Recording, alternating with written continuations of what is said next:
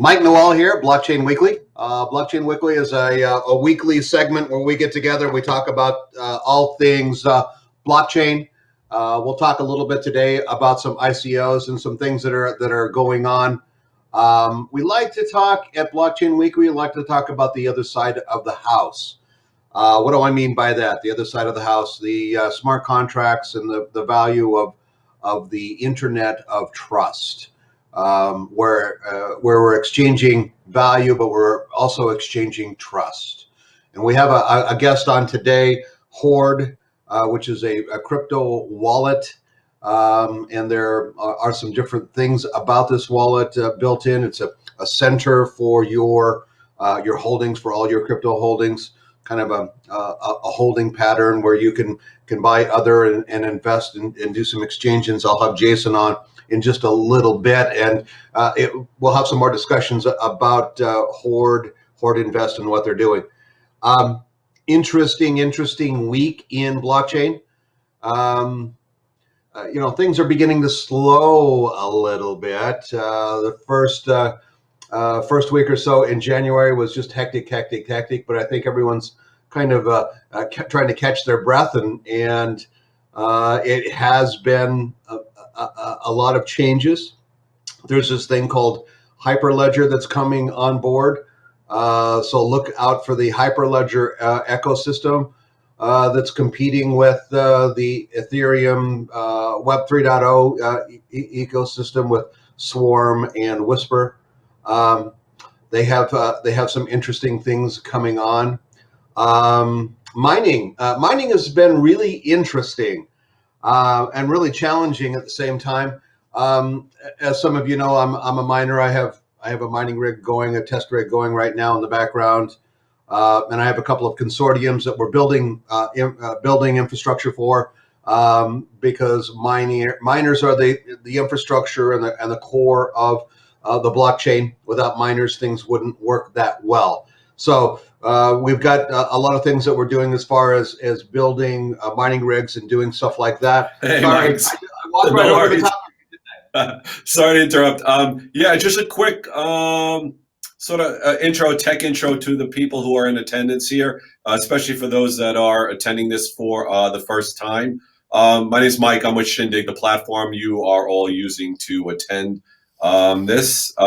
It's designed to be an interactive type of experience, not just a general type of, watching slides or watching Mike talk. So we want people to be involved. So for those of you that have your webcams turned on, that's great. And if you have a video question for Mike and his guests at Hoard Invest, just raise your hand. There's a little button there at the bottom with the raise hand button, and we'll bring you up on stage so you could actually sort of ask a video question and have a little back and forth. So we encourage that part.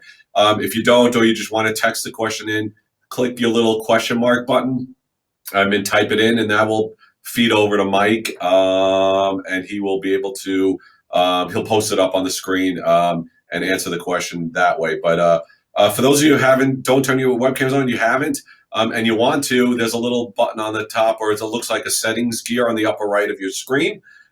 Just click it and it'll allow you to turn on your webcam. And it's a sort of a fun way to get involved in the event. And you could video chat with other attendees privately, or you can come up on stage. So think about doing that. It's a good way to do it.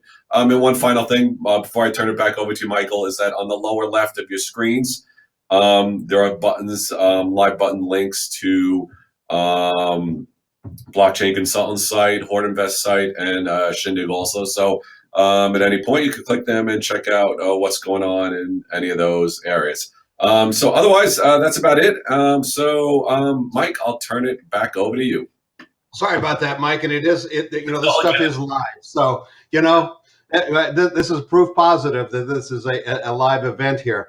And I apologize for walking over there, Mike, but we really want to make sure that we support Shindig and their events. This is quite a unique environment that they provide here. You guys can talk with one another, join in and have conversations with one another.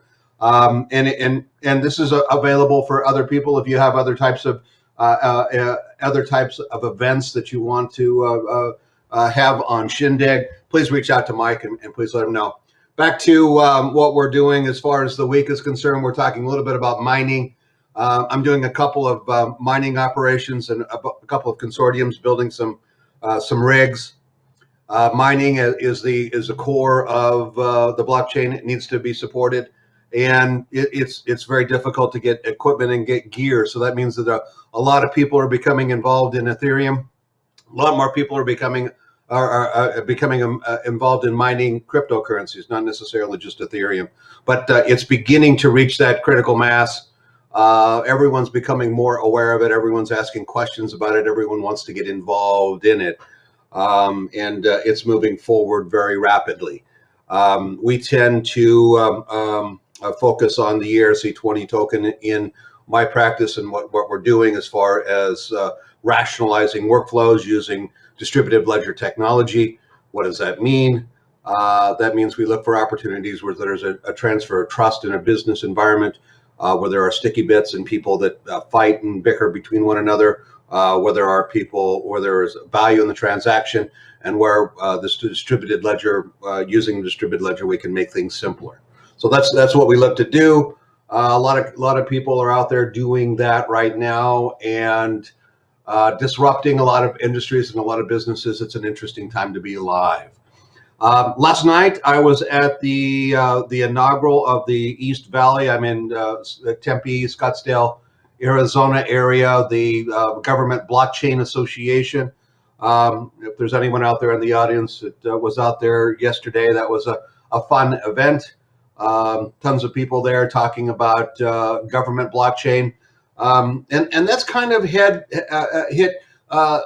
some interesting U.S. government labs are using blockchain technology as a peer-to-peer exchange for power, so that they're actually, you can sell your power if you have a solar situation, or you have other types of where you're making electricity. You can sell it back on the P2P blockchain. So the government's looking at some of that kind of stuff. They're looking at, it looks like it's gone to, the market cap is about 540 billion on cryptocurrencies now. So with this surge that's coming up, a lot of people are starting to look at things a little differently, including the federal government. Interesting little sideline updates on GitHub as far as the updates. Bitcoin Core had about 2,000 in 2017. Litecoin, 1,200. IOTA, 1,100. Monero, 1,100. ABC Coin I think is Bitcash, 1,100. Ethereum Classic and Ethereum about 800. So those are the ones that have been really active as far as updating and doing things differently. And really in there being active as far as smart contracts and looking at the distributed ledger and how we can benefit companies, how we can look at workflows, look at different types of things.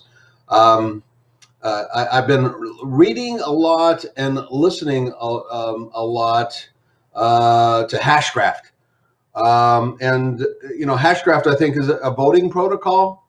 Interesting. There are some things that we're doing with Ethereum that I'm just not sure how Hashgraph is going to do that. Hashgraph is much quicker, but Ethereum does things in a different way. The consensus is different, and I just feel more comfortable as far as that consensus is concerned. Workflows are certainly much more easy in Ethereum. So someone asked me last week about Hashgraph, and I wanted to get that question out. I had looked at a little bit about it. There, Hashgraph and Swirl and some of the other groups that are out there with that type of technology. So yeah, it's an interesting time to be alive. Couple of ones I just wanted to mention. Dentacoin. I don't know if anyone's involved in that, but Dentacoin is doing a global dental network to help people with their teeth and help people with their health. So that's an interesting one that seems to be doing very good. Budbo, budbo.io. Finished up their pre-sale last week. They're oversubscribed. They've got 11 days left in the pre-sale, and they don't have any more coins left in the pre-sale. So they're going to be moving on fairly quickly. There's a big event coming up in Dallas, Texas, February 16th, I believe. The Bitcoin Super Conference in Dallas, Texas, that is oversubscribed. You can't get tickets anymore. These are the kinds of things that start happening when the general population starts becoming involved after your early adopters. We got a lot of people coming into the industry, a lot of people doing a lot of interesting things with blockchain and with that kind of stuff. So I think it's a good time to be here. I see some really good things going in the future. And I know you guys have some questions for our guest today, and I want to get him on just as soon as possible. So I'm going to bring him on right now. Jason, Hey, can you hear me? how are you okay? doing, man? Yep, I can hear you. Okay. Beautiful, beautiful. We're doing well, man. I'm fighting a cold, like I mentioned earlier, but I don't know if that's just comes with the territory of as much work as we're doing right now, or if it's just that time of year. But other than that, we're doing fantastic, man. It's an interesting time to be alive. I'll tell you that much. And the cold seems to hang on for a couple of weeks. I have a couple of my friends that are involved in that too, and I feel for you, man. I hope you get better right away. A lot of vitamin C, a lot of rest, and we don't get any rest in this industry. I don't have time to rest. If I'm laying my years in my hands. So, Jason, why don't you tell us a little bit about who you are and what you're doing, and kind of talk a little bit about the background, about the industry, about what's going on, and about the problems that you see that you solve with Hoard. Does that make sense? Yep. So a little bit about my background. I'm from the South in the United States, and I'm 38. I'm the CEO of Hoard. My background that brought me to this experience was banking, more specifically user experience architecture, customer experience, design direction, and strategy design for consumer applications. So specifically banking, and I spent most of my tenure there designing applications that consumers use who are customers of Wells Fargo. So all the little products that you see within their app, a lot of those were some of the things that I worked on. And while there, we worked on some very futuristic concept stuff, lots of conversations of blockchain and how it's going to disrupt banking or augment or contribute to banking. So there's things we designed that you may never see for many years to come. It's a regulated environment, so sometimes these things are a lot harder to get out. But so that's from a working background what brought me here. And so my first look into cryptocurrency was in 2010 when a buddy of mine and I were looking for a virtual currency that was related to shopping online, and it was a reward point system. So we did some digging up and found Bitcoin, and at the time, I blew it off. I didn't circle back around until it was about $1,000 in 2013, and we took a hard look. But that's right when that huge winter happened, and luckily, I honestly wish I bought in then because I would have been really committed when it was at low prices. But we held off until its next shoot up about a little bit over a year ago, and that's where I started doubling down everything I had and really digging into the technology aspect of blockchain, being at the bank and really looking at how the two work together. So my entrance into the various platforms in cryptocurrency, especially coming from my background, I was plagued with customer experience issues left and right. I was confused constantly, and I come from a technical background and a design background. So while I look for things to be enjoyable and consumable as a user or as a customer of a platform, I understand the technical constraints that people face, but I also looked at the industry as a whole and realized there wasn't much design thinking that went into a lot of these platforms. They were specifically technology focused, executable to make things happen, but they were very confusing. So I started down this path of signing up for various exchanges across the board, using various wallets, trying to find a simple experience. And there wasn't one, not at all. And on top of that, for the most part, there still isn't, right? Yeah, there really is. And even Coinbase, it's a simple experience. It does have some technical constraints, and users, especially getting new people into the environment, they need their hands held to some degree. And you can do that through technology, security, and support, and through user interface engineering, and you can do a better job than, say, Coinbase. And then also we noticed that Coinbase has no competitors in the market, zero. And I know a few are coming this year. I won't drop any names because we're one of them, but there are more coming after the Coinbase market. It's not as easy as it may seem because of the regulatory nature that's involved. But so plagued with all these complex experiences, psychologically, what this does to users is that it throws off the alarm of risk, and they're thinking this is scary, this is risky, I don't want to do it. Because they don't feel confident in the moves that they're making. And this whole environment, especially when you're in these groups and people ask, what coin should I buy? I've got X amount of money. What they're really asking for is confidence. That's all that they want.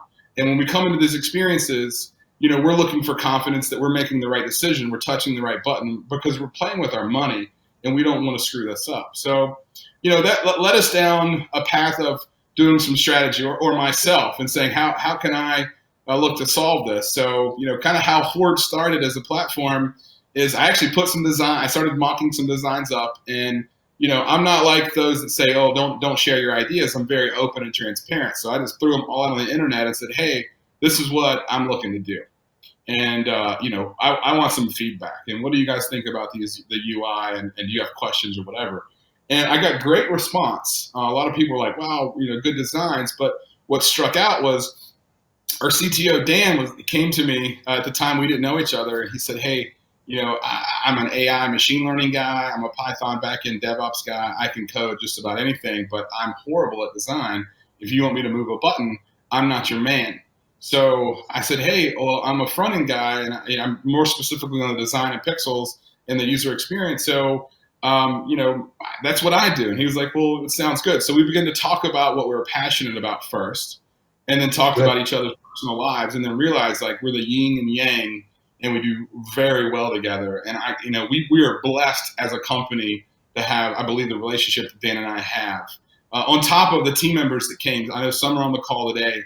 They're absolute rock stars for our company. We wouldn't be nearly as far as we are, or doing the things that we are, without them. But so that started the platform. So we looked to make some solutions, and some of those solutions were really focused on how do we instill confidence in people, how do we educate people, and how do we get them into cryptocurrency and into the industry as a whole seamlessly, effortlessly, without much friction. And so the first solution was, hey, let's build an Acorns for crypto model.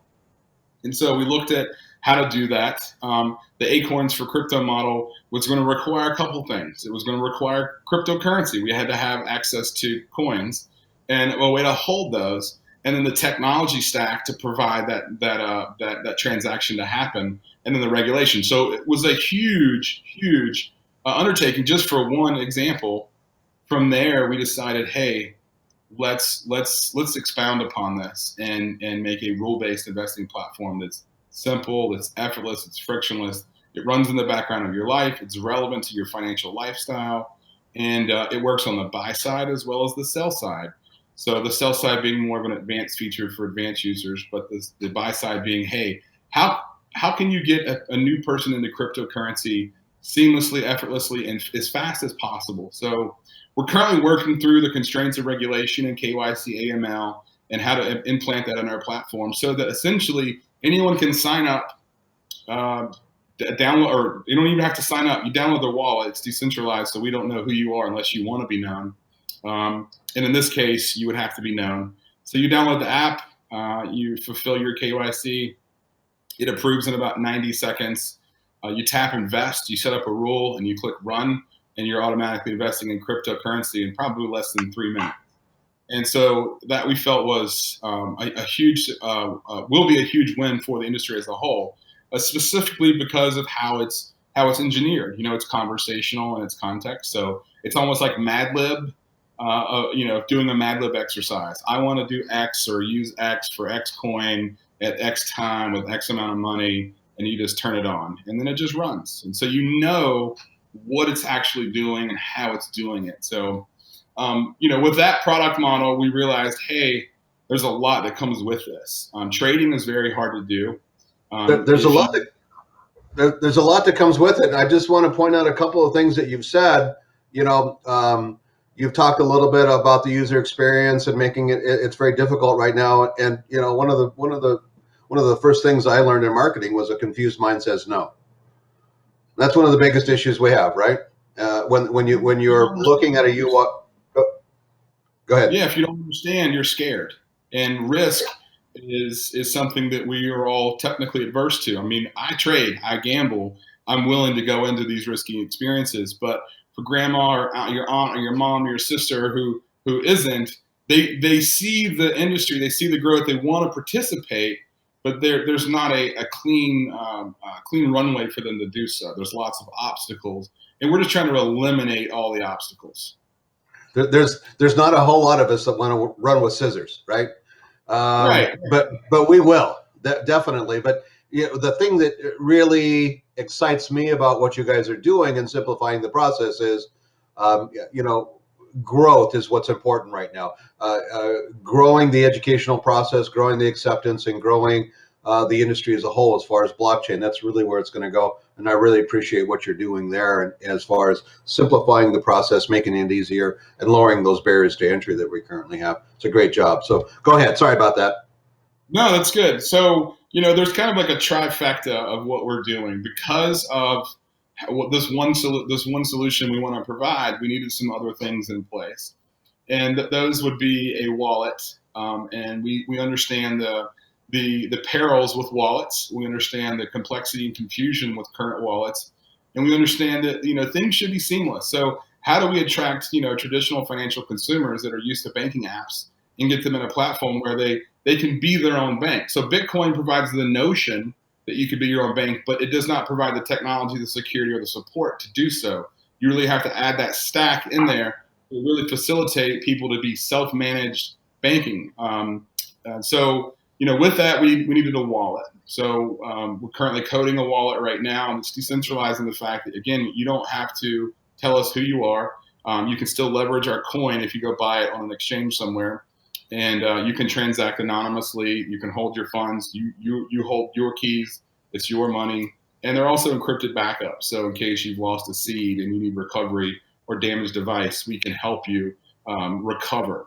So with that wallet component and that exchange component, the exchange was really to facilitate to be able to purchase crypto passively, and we're going to convert that platform into a retail side where you can purchase crypto directly. So whether that be with cash, credit, or cryptocurrency itself, if you just want to buy Bitcoin.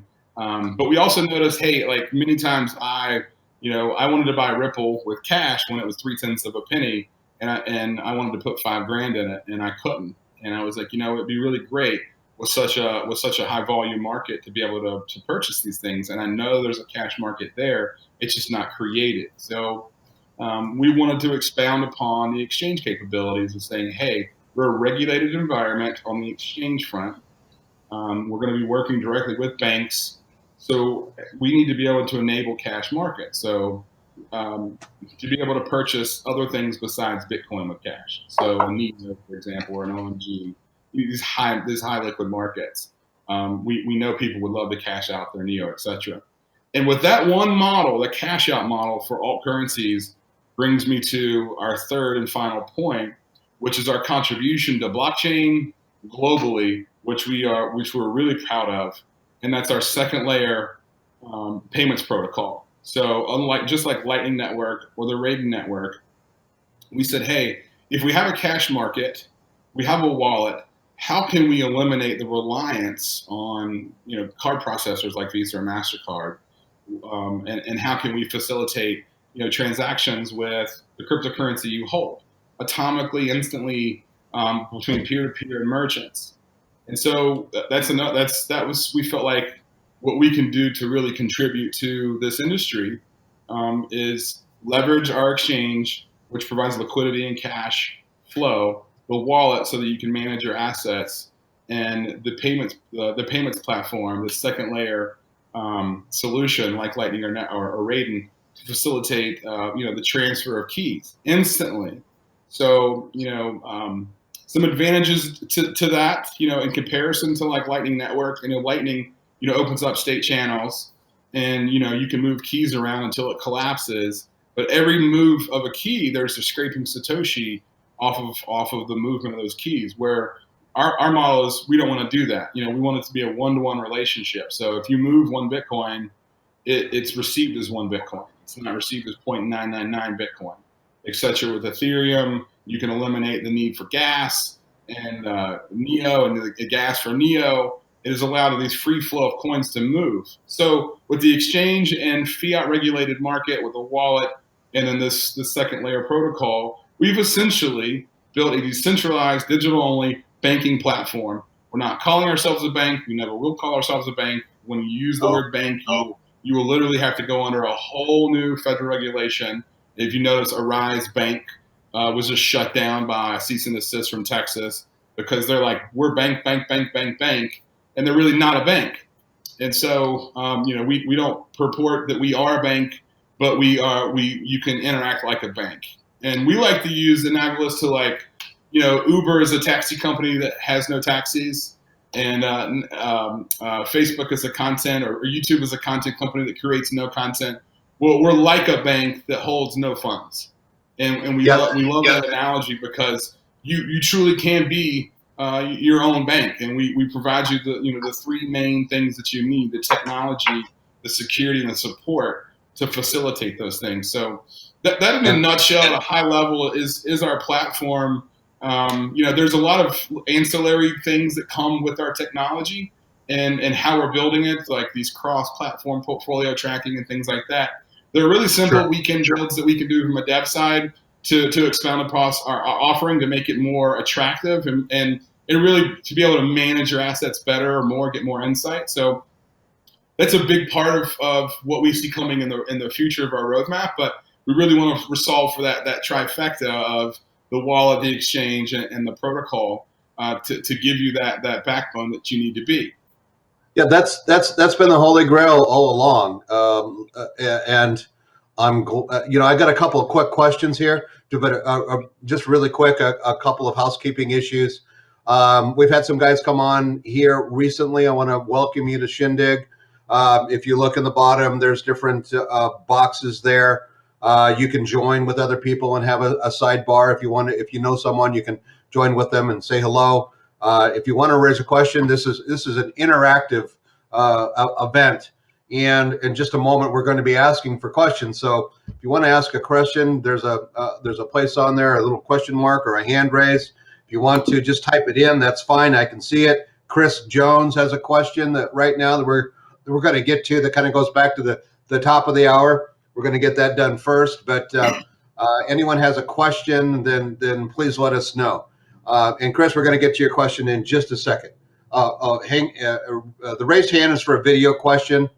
So the raised hand is your video question. You want to come up on stage, and the question mark is if you have a text question. And please just go ahead and start sending those in. But I just wanted to interject and let you know as far as some of the things you're doing about the bank, and we see a lot of these types of things where disruption comes to an industry, blockchain comes into an industry, distributed ledger comes into the industry, and the first thing that a centralized organization will do when confronted with a decentralized mechanism is try to centralize it, right?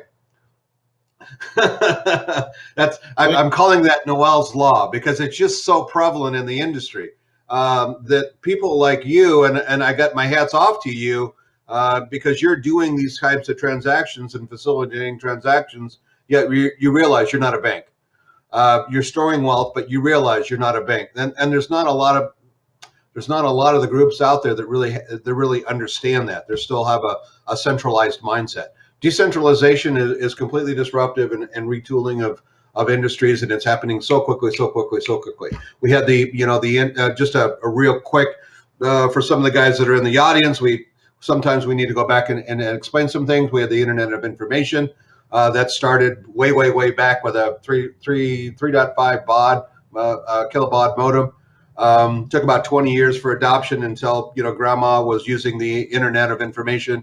Then we had the Internet of Things, and everyone laughed when they said that the Samsung refrigerator was going to talk to Amazon and have milk delivered automatically. That's already happened. That happened in about 5-year compression. Then we had the Internet of Data. The Internet of Data has already happened. If you don't believe it's happened, just go search for bagel puppies on Google and then go to Facebook. You'll start to see a whole bunch of ads for beagle puppies. So that's the Internet of Data. We have all these hashes of everyone's activity that we have and that we own. Next was the Internet of Value. That's kind of Bitcoin. Bitcoin is the Internet of Value. We can take value and exchange it on the Internet. The one we're experiencing now is the Internet of Trust, and that's Ethereum and smart contracts and that kind of stuff. So these are all things that are fitting into Hoard and what you guys are doing with your wallet and your infrastructure and the triangle that you're building. And my hat's off to you. We need more of this, and we need it simpler, and we need it like yesterday. So please speed up a little bit because we're ready for you. I'm going to put a question on really quick, and then we're going to get back to you. And the question is, just a side note on Hashgraph, it's not open source. So while the tech is really interesting, it's not a replacement for Ethereum. And Chris Jones, thank you for the question. That goes back to the top of the hour. And I'm looking at a couple of different things. Hyperledger is one.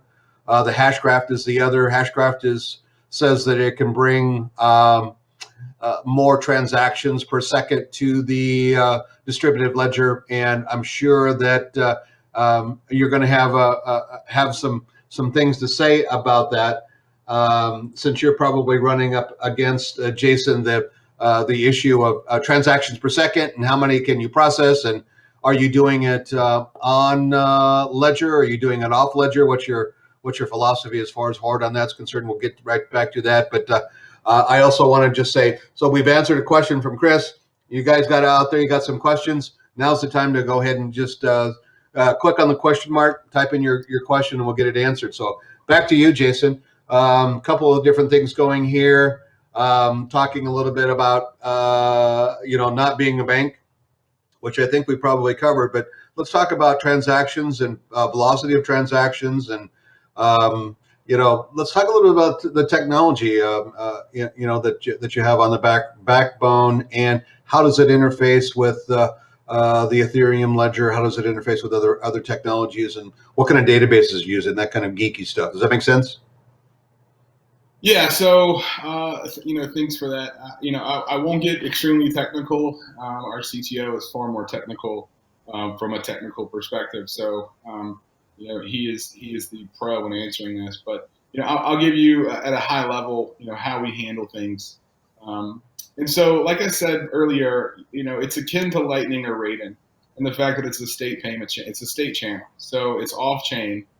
And it allows us to exponentially increase our transaction capabilities, and where we settle one transaction on the chain versus hundreds, thousands, or 100,000s whenever we want to run that block. So again, it's just like Lightning or Raiden, and even considerable to one chain and some of their technology. So we say where it's cross-chain capable. So we look to run full nodes for all chains as a company, and connect those to our Masternode network, so that we can do these true cross-chain transactions and work with other contracts. It is a layer of multiple smart contracts to do so. So if it's a Neo smart contract, if it's an EOS contract, if it's an Ethereum contract, or a risk contract for Bitcoin, these are all contract platforms. So how the transaction works per se, it's much like Ethereum and the version of Casper,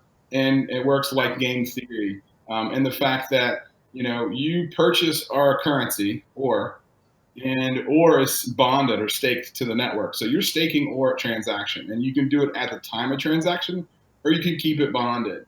Your transaction capability is directly connected to the quantity of ore that you hold times its market value. So if you hold 1,000 ore and they're worth $5, you have $5,000 worth of transactional capability that can be accelerated. Anything beyond that is going to have to go on chain. So our currency is truly a utility in the fact that it is to be leveraged, bonded, escrowed, abused. We're not we're not fighting to be the one currency over anyone else, and I think that's different. I honestly, maybe I can see the future, maybe I can't, maybe it's a tinfoil hat, but every currency number one. And in my opinion, it's never going to happen. So what we want to do is rise up all crypto, any crypto it's worth its shit, excuse my language, that has markets, that has liquidity, that has real value and purpose, that are contract or platform based, like Ethereum, Bitcoin, Neo, OMG, etc., Stellar, all of those. Common coins that lots of people hold. These offshoots and post ICO coins that are for soccer tournaments. It's not a coin that we're going to facilitate as far as transactions. But the idea is a lot of these currencies can be used as actual currencies. So the purpose of staking the OR is really to rise or accelerate transactions and using these other currencies. So we want to make it fungible, like money. The one word, and I wish I could pull up or reference the individual who said this, very well known in the financial world, said, the mass adoption for cryptocurrency is not going to really happen until crypto is perceived and usable like money. The word money, it's money to them, right? Right now, it's either an asset class or a speculative vehicle, but our platform kind of creates the model that it's money. So, as an example, I've bonded OR to the network for transactions.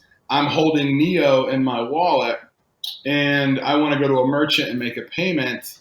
Well, that merchant says, hey, we only accept Litecoin. Well, traditionally, in most other platforms, I've got to go to a market and consolidate that Neo into Litecoin, which in most cases means I have to go sell it for Bitcoin and then trade it back to Litecoin and deal with those fees and the time and the markets. Then I can make a purchase. Well, I feel like that's a crock, right? It should be able to just be economically like the coincidence of wants, right? As opposed to A and B, it's now we convert A and B to 1 and 1. It's just seen as value for value.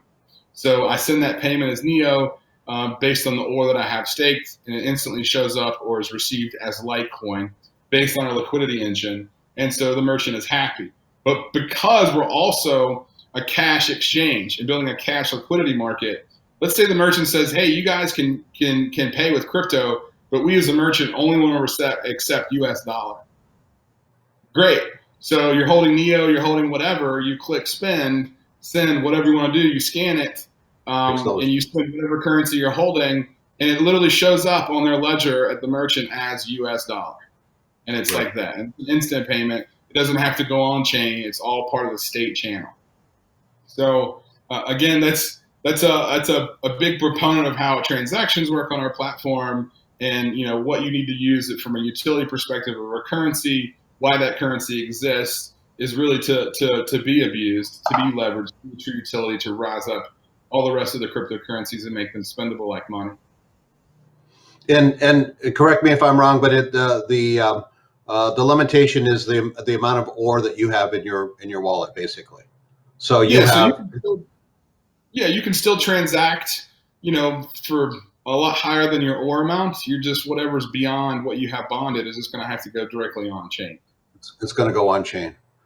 Yeah, and other capabilities of our coin is so that you can make microtransactions on things like the Bitcoin blockchain. So you could truly buy coffee with Bitcoin and not have to deal with the fees or the time or the block rewards or the block time or the mining rewards. To do so, you can do it instantly. We wanted to solve problems like that, right? So clogged chains on Ethereum or clogged times on Bitcoin, it still takes 45 minutes to an hour or longer. This way, the transaction facilitates instantly. So you can do microtransactions on these heavy chains. And it also works when you want to convert your US dollar to crypto and you want to do it quickly or instantly. Having that OR bonded to the network allows you. It is, like I said, it's the game theory of Casper. It's skin in the game, right? So you have you have to be your own bank, and to be a bank that connects to a bank, meaning peer to peer. You guys are banks. There's got to be, if you want to remove centralization and ultimate control of one middleman and authority, you guys have got to put trust in the game. And so that OR is the trust in the game. So our Masternode network facilitates adjudication of maybe a double spend or a malicious node or malicious actor in the platform. So you bond your OR, so you've got skin in the game, and then you can play with your currencies, like the ones that you like to hold and speculate with. And if you try to screw us or screw the network or screw the peer, that process actually seizes those tokens. We pull that value out. So if you try to send $1,000 and then send another $1,000, we pull that value of ore away from you. And so, if you tried to hurt the network as a bad actor, that's essentially how we cover the network. We protect the users, and it's all done decentrally through the masternode. So they vote on adjudication and how to take the coin or seize the coin, but it's all done on contract, so it's programmatically executed. So the vote happens, and then the contract runs, and that ore is seized. It comes back to the network, and the person who tried to double spin out of the network is now your SOL. You couldn't screw us because we took your value. It's proof of stake for exchanges, basically. And that to our platform, that masternode network is built so that an exchange can run a node, a bank can run one of our nodes. We can pass keys globally around instantaneously off channel and not deal with the Satoshi scraping, the miner rewards, or the block times. So it's a big ask to go to someone like Binance or Bittrex and say, hey, run a node, and we can send keys back and forth all day. One of the things we wanted to solve for is the adage that you never keep your keys on an exchange because an exchange may be hacked.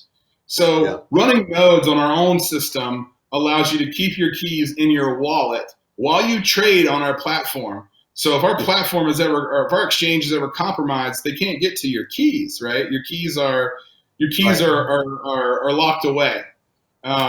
So it's tokenized. You're doing tokenized transactions like First Data does on the Swift network. Essentially, so your liquidity is there, but your keys are just not on an exchange. They're connected to the nodes, right? So the node is what's going to pass the keys around from wallet to wallet.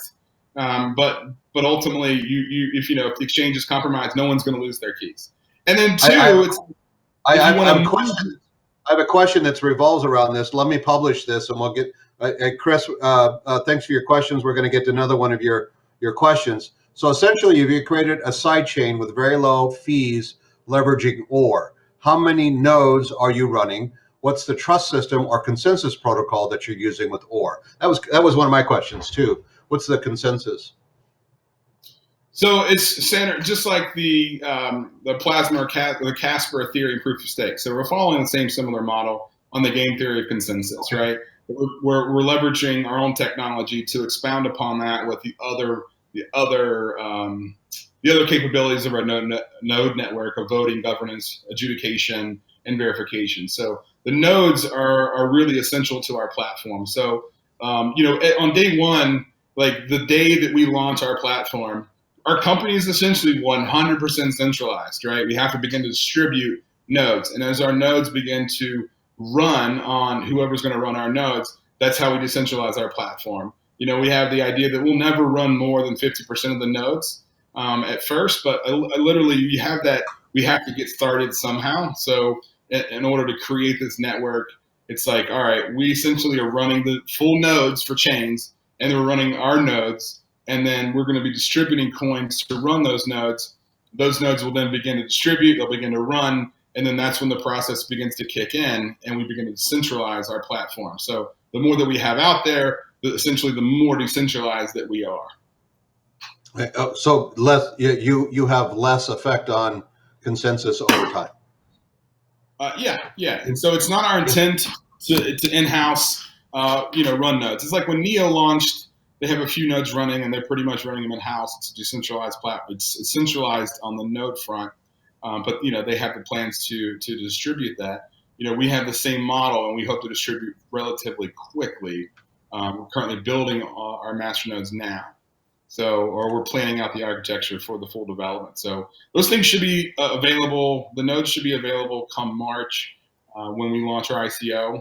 That part of the ICO will be we'll be distributing an app that you download from Apple or Android, where you will participate in the ICO with a working product with a consumable and usable token. So that wallet is going to hold Bitcoin, Ethereum, and Ore, and you'll be able to accelerate Bitcoin transactions within the Hoard network.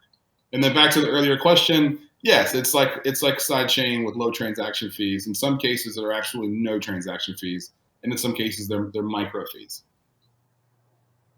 It's a side chain with proof of stake in ore, basically. Basically, yeah. Interesting. A quick question about know your customer, that kind of stuff. I mean, it's difficult to have that kind of an environment and not be held up with the know your customer kind of stuff. You have a form that you fill out, and when you're on your Android or installing the app, that's when you'll fill that kind of information out. Is that correct? Yeah, so we'll have known customers and unknown customers, and so we are true to the nature of decentralization, and you being anonymous if you want to be, right? So we're not over here in the Hoard offices wearing tinfoil hats and damn the man and damn everybody. We're not like that. But because we do have a regulated environment, we have to fulfill that. So the second you want to move fiat currency around, we have to know who you are, from a KYC and an AML perspective. So the anti-money laundering compliance is required, as well as the know your customer and ID verification. To participate in ICO, everyone has to be known to make that happen, because it's a global ICO available to the U.S. as well as other countries that will participate with. So you will have to go through that flow. But even at the ICO, if you choose not to participate in the ICO, you just want the wallet, you download the wallet, you're an unknown customer at that perspective. There's no email, there's no phone number, there's nothing. You have a seed and a recovery process, and you can go buy ore from an exchange somewhere, move it over to the Hoard wallet, and you can transact within the Hoard network and not be known. It's just the second you want to start buying things with your cash or tap anything that's regulated, then we have to run you through a KYC flow. Okay. And we just had a question from Jason. He can't hear us. So, Mike, I don't know if you could get to Jason. He's one of the audience members who's having a hard time hearing us. I can hear Jason fine. I'm not sure what that is or what that's going, but okay, great. Thank you. Just let me know he's on it. And I have a question from Crypto Mew that I'm going to get to in just a minute. But I wanted to ask a question about the Visa MasterCard network. And you know this person? Yeah, just tell him not to bring up the word cheese. He's on our Telegram group. Great guy. He has lots of fun on our Telegram. But so it was cool to see. It was cool to see that they joined. Yeah. Well, we'll have to figure out what cheese means here in a minute. But let's talk a little bit about Visa MasterCard and the exchanges that you're having, because basically you're becoming an exchange, the quasi exchange. Actually, as I think about it a little bit deeper, you're becoming a decentralized exchange because everyone is their own exchange. And how do we interface with the Visa MasterCard? That's kind of the triple crown, I would say. Wouldn't you? It is. So, the fact that I worked at a bank gave me some insight into what banks are looking to do in the future. And one of the things banks are looking to do, well, there's lots of things that are right, but the specific things that we can tackle or we want to tackle, banks want to remove the need for physical debit cards. Now, there's still the relationship for processing transactions, but they want to remove plastic completely, and that's their dream. And they're going to do so through tokenization. And I don't mean cryptocurrency. You tokenize a physical card or that number into a digital number. So you have a 16-digit code that goes on the plastic, and when you tokenize that card, it gets a new 16-digit code. And then they also have plans to expound upon these tokenized numbers, where tokenization can become granular. So, I'm going to tokenize a card that just works for Amazon, or I want to tokenize a card that I can distribute to a user on my account, say your son who's away at college.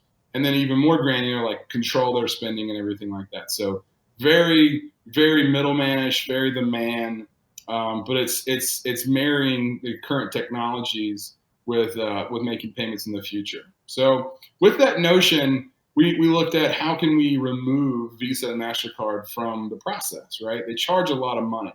So when you go to merchants, there's lots of, like, I used to go eat lunch at this burrito place down in the basement of the building I worked at downtown Charlotte. And he always wanted to take cash, and he was very public about it. He said, look, we spent $41,000 in credit card fees last year. Help us by paying with cash. And these are entrepreneurs that they own a burrito shop. They do a lot of volume, but they're like, look how much money we're spending in fees. So when you go to a merchant today and say, hey, what if you could pay 0.25% or nothing for transactions?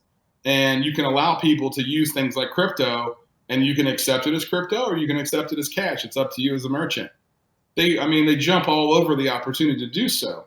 Now, we know it's a big swing and there's a lot of work involved to get there, but the notion that you can do this and provide this is very attractive to merchants. And when we discuss things with banks, they also say, hey, if we can get discounts on transactions away from our partners of processing like Visa and MasterCard and pay less money, they want to do that. Like the notion of Ripple solving on the remittance globally, they say, hey, you can move this money around for far less money. Banks are very interested in that. Now, we don't want to be anything like Ripple. We're more like the decentralized version of Ripple in the fact of how we work with banks. And we don't want to join banks. We want banks to join us. And so we want those relationships. One, to have those direct lines so that their retail consumers can interact with our platform, as well as potentially provide liquidity when it's needed for this network of transactions to take place. So working with banks on the front that we're trying to work with them on is not so much centralizing our platform. It's still keeping it decentralized and saying, hey, run a node, let's run some pilots. Banks are very interested in cryptocurrency. If people don't know this, most banks trade. That's their mode of profit. Besides feeing you to death, is they trade on these massive levels per day. That's why they have these huge asset management platforms from Bank of America, Wells, Schwab, even the smaller banks. They are participating in trading on large global scales. And so they've been using blockchain for 4 or 5 years. Yeah, so the idea that they may be able to trade in crypto or participate in that industry, or have retail consumers in almost a black box environment participate in this ecosystem, it really is an attractive idea to them. We're actually physically pitching banks right now. We're meeting with U.S. Bank on next Monday, the 29th, where we're going to be pitching Hoard to U.S. Bank.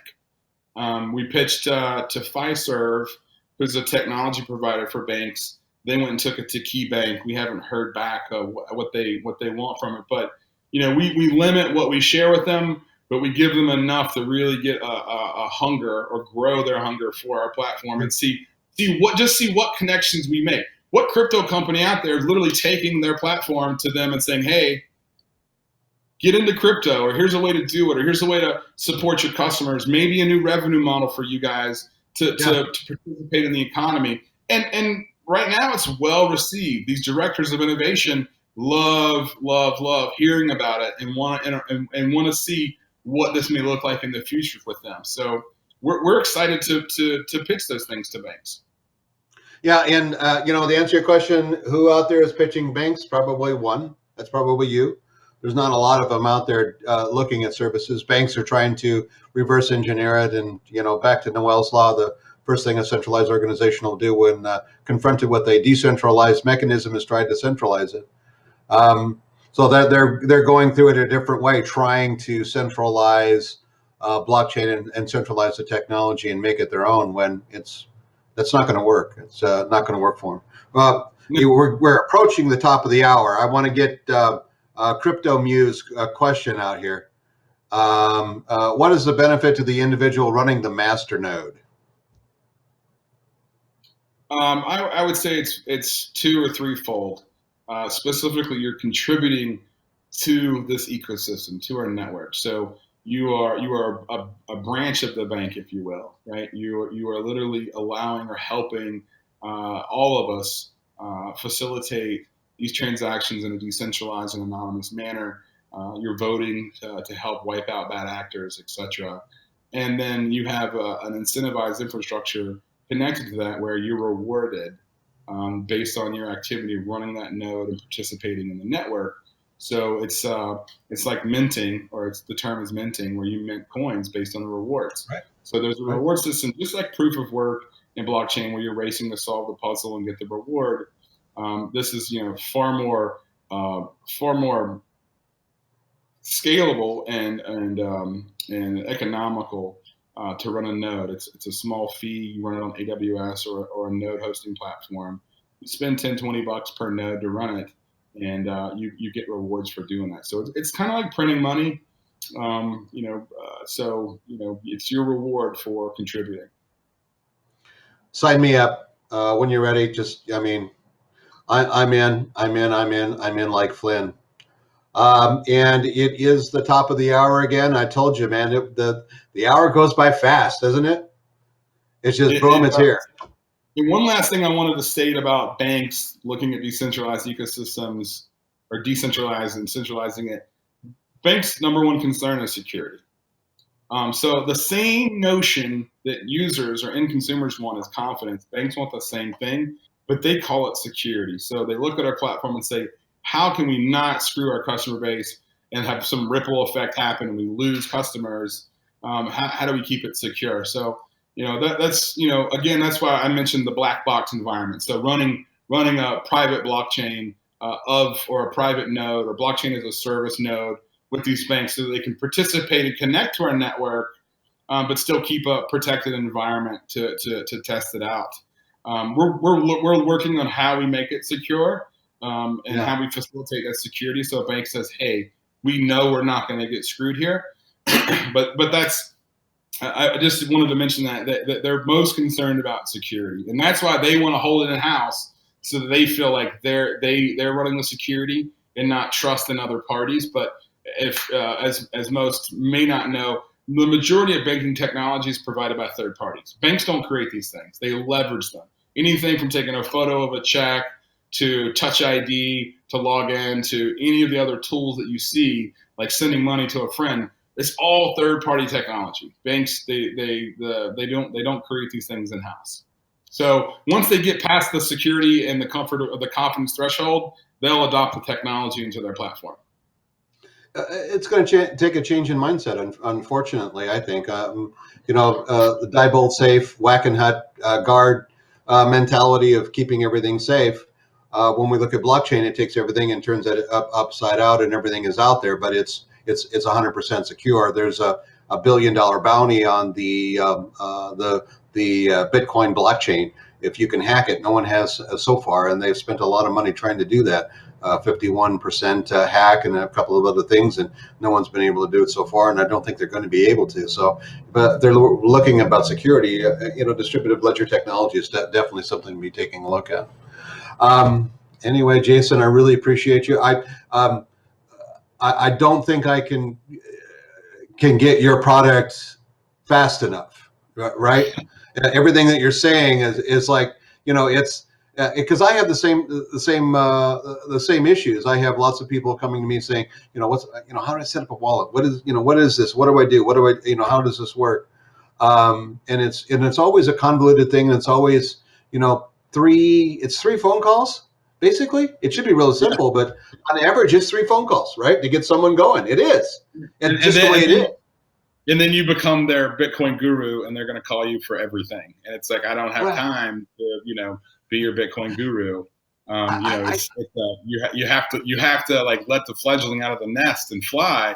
But when you're dealing with some of these platforms, it's a risky proposition for someone who's not well versed in or technology as generally. I don't mind answering questions. I don't mind getting them involved, and I don't mind hand holding because I know that education is going to spur adoption, and adoption is what we need to grow, right?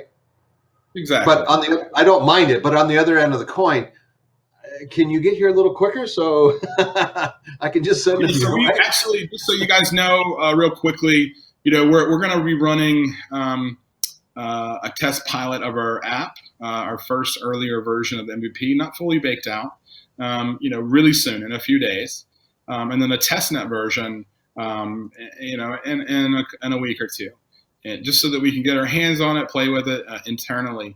What we hope to do is launch the application because there's a review process. There may be some pushback. We're working our team again. They're absolute rock stars, but we want to get the app out there even before the ICO. We don't want to try to time that together. It's just as soon as the app can get released, we're going to release the app, and it could come well before the ICO starts, so people can begin to download the wallet, play with it, put their Bitcoin and Ether over there, and we can begin to converse and connect with that audience that way. So it will be coming soon. Our MVP, like I said, is a wallet. It's Bitcoin, Ethereum, and then Or. You can and we'll be running a full Bitcoin node and our masternode software, so you can facilitate instant Bitcoin transactions on day one of the ICO. So the ICO coin is pretty convenient on our platform, where you literally you just swap whatever Ether or Bitcoin, whatever you want, you swap it right on our platform for Or. It's just that simple. There's no difficult process, and we're not shooting coins across wallets. We don't have to manage any of it. It's just direct access, just swap. But as we expound upon that, we'll be adding in all the extra really cool features, and as we regulate, we'll be adding in the ability to buy and passively invest in cryptocurrency. We'll be doing our FinCEN regulation federally here really soon, and then we'll be operating a test market in the green states of the United States, so South Carolina, New Mexico, Montana, and a few others. We'll be able to have earlier access to the fiat parts until we get these states done. So right now we're currently looking at an agency model where we get this umbrella that just lets us right in, and we can instantly test our market across the U.S.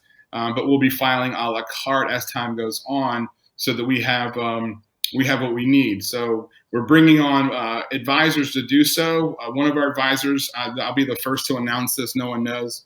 It's not publicly, but this is a good time to pronounce it. One of the former co-founders and head of engineering for Venmo will be an advisor for our platform. Okay. And one of the compliance who's been doing, or head of operations for NASDAQ, may be coming over as well. And then, so we're leveraging our relationships and our advisors to help,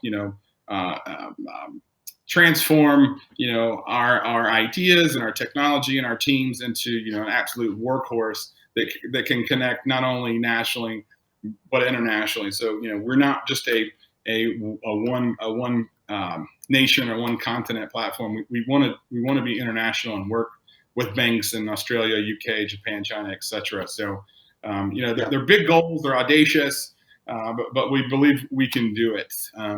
We have an opportunity to talk to some individuals with Alipay, so they can include Hoard into that application. So we'll see what these things look like in the future. We're talking to lots of cool people. There's a lot of excitement on our platform. What's that? Amazon. Yeah, well, hopefully we can get the pay with Hoard button. Put it on Amazon, things like that. So you just tap it, you pick the crypto you want to spend, and the drone shows up in your house and drops off your pizza in like 2 hours or less. Hook up your refrigerator to your wallet. Never be without milk again. There you go. Hey, if we can figure out how IoT comes into the ecosystem, we're going to do it. Can't wait for the Hoard Invest to be released. I'm so excited. Thank you for bringing this to the world, says Laura. Please keep us in the loop as far as what's going on. I can talk more about Hoard as it is. If you'll just keep me in the loop, I'll make sure that people know about it. We do have a quick question. While developing, what methods are you using? Agile, TOGAF framework, or something else? We're an agile, iterative. We release iteratively. That's our model. So once our technology gets public, there's going to be a consistent flow of updates ongoing. So we're not going to hold off, and wait for huge chunks of functionality to exist before we drop it. We're literally just going to continue to release and release and release, and the app grows. It sounds to me like you've got a lot of good ideas, a lot of good decentralized ideas about a centralized ideology and centralized mechanisms. Certainly, as far as I know, a forward-thinking individual. Are there any DevOps that are ongoing that you can talk about, or? Yeah, so our CTO is kind of filling in the DevOps. That's part of his wherewithal for our platform. But just so everyone knows on the call, we are looking for additional positions on our team. One specifically being DevOps. So if anyone has experience in cryptocurrency, blockchain, and some of the platforms that we use, get in touch with us, after the call, and we can talk about that. So we're looking for more Solidity devs, React Native devs, anyone who's done smart contracts or node work. We're looking to build our team in-house, not just contract, but we want to build our team. We want to invest in our team. We want to raise our team up. It's not just pay you and move on. So reach out for us if you know anyone who wants to participate in these opportunities. How can we get a hold of you? You can reach me directly on LinkedIn. My handle is just Jason B. Davis, or you can reach me on Twitter, Telegram. Just find Jason Davis or Jason B. Davis, CEO of Hoard. I'm kind of all over the internet and surprisingly relatively responsive, even amongst all the all the work I've got going on. So if not me, contact someone on our team, and we'll facilitate that. Very good, very good. One last one. Joe Kaplan says, really enjoyed this session. Fantastic information and greatly appreciated. Jason, I want to thank you one more time. Shameless plug for Shindig. This is the company that provided this great environment for us. And I don't know if you had the opportunity to chat back and forth in the in exchange, but it certainly is interesting to be able to talk to other people and other folks. How do you, if you're interested in something of this nature, what do? You reach out to Mike at shindigevents.com, or you call 646-896-1747. Mike will be happy to talk to you about Shindig and how you get an environment like this for yourself and how you start having Shindigs of your own. It's a great opportunity. It's a great technology, and we are past our allotted time. So we're going to have to go. One more time, Jason, really appreciate you and really appreciate what you're doing. Thanks for being here at Blockchain Weekly. Thanks for supporting Blockchain Weekly, and I can't wait to see your product released. Hey, I really appreciate that. Thank you for inviting me on. And I love doing this because it helps me hone our message. It helps me, this helps me more than it helps you guys, to be honest. And I'm extremely grateful for these opportunities. So, if anyone wants a podcast or an interview or an AMA or anything at any time, I'm always open to it. Again, like I said, I want to reinforce it. It helps me more than it helps you guys. So I really, really appreciate the invitations and the opportunities to do things like this. Thank you, sir. We're here next week, Wednesday, same bat time, same bat channel. So keep on coming back, guys. Thanks from Blockchain Weekly, and we're going to sign off now. Thanks. Bye, guys.